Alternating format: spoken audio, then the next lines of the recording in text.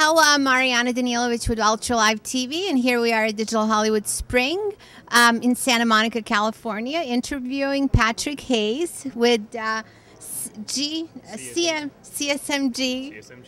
which is a strategy consulting group out of Boston. Out of Boston, yes. So we do strategy consulting primarily focused in on the communications industry, so all the traditional phone companies, wireless phone companies, cable companies, but we also work at the intersection of communications, new media, publishing, broadcasting, technology, networking companies. So if it has anything to do with the anytime, anywhere, anything flavor of communication, then we tend to work with clients that are in that space. So more on the telecommunications side than on the media side, per se? We spend probably about 50% of our time doing the communications side of those industry sectors, but we also then spend about 30% of our time on the media publishing content side of things. Great, because we spoke with LEK, with the managing partner from LEK, who's pretty much focused on media, and we could definitely use some of the other areas as well. So if you look at the sweeping trends in all of these different areas, what is it that really comes to mind right now that's, you know, there are many changes, but what is some of the major changes that you're seeing in the space? I would say maybe two or three key things that are happening that are coming together almost in a congruence manner. The huge uptake of units shipped for smartphones over the past 2-3 years, particularly, I mean, on everybody's lips right now is everything around the iPhone or the Android platforms for the device. But with that comes a significant improvement in the way people find content, the way they discover it, the way they consume it, the way they download it.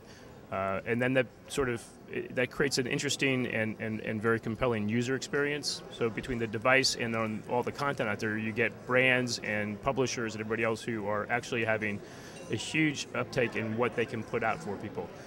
That leads to the other side of the challenge that we see and we work with our clients on, which is how do you actually make all that relevant and available, and then how do you charge for it, and how do you rate it, and how do you collect for it. And so the dynamic is that everybody wants all this content. Many people are comfortable in the free mode. It's been free, they want it to stay free, but free doesn't sustain the infrastructure that you need at scale to be able to deliver this and support it. So at some point, all the carriers, whether it's the carrier model or the publishers, the content providers, are going to have to figure out how to charge for it.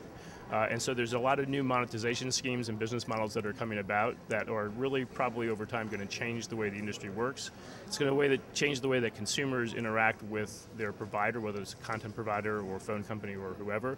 But it's also going to change the way that the technologies are in place to support this, and then it leads into the whole area around advertising and targeting and capabilities. And so there's a lot of interesting trends and things that we're seeing and we spend our time with clients on. So the very interesting thing that you mentioned is the carrier model, which is very interesting because it's all about owning the whole distribution network, owning the consumer. It's a pay model. There's, you know, small revenue share to the content provider, and when they go online, they try to replicate that just as they do on their mobile decks. So are you seeing that model as gaining any traction on other platforms, or do you believe that the ad-supported, more of an online model is going to kind of take over the walled gardens? That's the $64 million question, to sort of pardon the extension.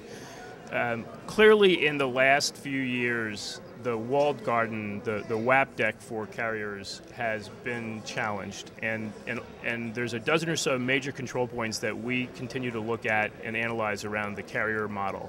And of those dozen or so control points, whether it's the device or distribution or billing and charging, a number of those are being eroded by different models. So the open model is clearly making inroads.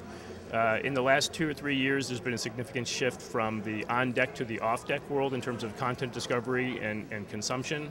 And so while the operator model does not necessarily favor the developer or the consumer, as it's beginning to evolve and shift, and frankly the operators seeing a lot of their potential customers going elsewhere to get the content that they want, they're beginning to become much more flexible. So we've identified through a lot of work we've done about 6 or 7 different types of business revenue models that operators probably have to start migrating toward, one or more of those 6 depending on what they're trying to do. sustain their relevance into that space. Conversely, the wide open model is probably not sustainable because it tends to be the free model. And so the people who want to participate in the wide open model, they've got to figure out how to pay for their ability to play in that sandbox. So they're going to have to make some money someplace. And it may come from ad-supported, but it may also come from a combination of ad-supported and user-provided or user-paid types of things. And so those 7 or 8 key business models, we think the open models will start migrating toward 1 or 2 of those very selected ones. And those may turn into be 2 or 3 or 4 sustainable business models that are each independently different in many ways that provide different levels of control for who the participants are in the ecosystem.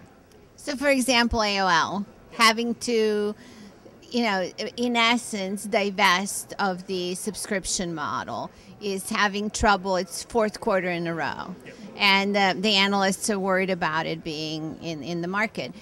Is that sort of a similar issue with someone who has a pay model as the bread and butter of what they're doing, like a carrier or an MSO, and now trying to convert to one of these either hybrid or ad-supported models? Well, the AOL model with falling revenue is in part because it's a subscription model for access. And so the analog would be from, let's say, a wireless provider. The analog is the monthly service plan. And yes, the monthly service plan price point is dropping. So there's a sliding slope that everybody's going down around price. But the significant difference is that there's a value add for the wireless provider. So they have the data service plan, and then they'll charge you for a certain number of ringtones over and above. So they have a scaling model around value-added services that it's been challenging for somebody like AOL to implement. Right? And so I'm not sure that I would feel comfortable saying that the operator model around subscription services is as significantly at risk as, say, an AOL model around access subscription. And I think maybe the challenge is for somebody like an AOL to look at what other models are out there and how people are making money over and above just the access point. And that's part of what they've been trying to do, and they're finding some success in certain areas, but they have a scale issue, and it's tough to turn the ship around when you're quarter over quarter, year over year, you're losing subscribers and you're losing revenue from your core products because you don't have enough to necessarily fund all the R&D you need. And you started with a big ship. Well, sure, you start with the big ship, but I mean, this is a challenge. I can go back to 20 years when I was first in the communications industry, and for all intents and purposes, the old AT&T had 80% market share for a long distance, and every year you could watch it erode and erode and erode. Not only did it erode in terms of number of subscribers for long distance, but it eroded in terms of the price point they were selling the plans at. So when a service becomes that widely available, then it sort of falls into the true definition of what a service is being commoditized. And so as it's being commoditized, it's going to go down in its price curve. And so the challenge then is to either figure out ways to prevent commoditization of that service, which is a challenging thing to do, particularly in this market, in this type of market we're in, or go find other things you can layer on top. And so other companies have probably been more adept, more quickly at layering things on top for value-added services that bring new revenues and protect the commoditization than somebody like an AOL. That may be the challenge. So it really is evolve or die kind of a time for quite a few organizations. Evolve, innovate, partner, or die. That's a good way of putting it. Thank you so much for that insight. Sure, thank you. Okay.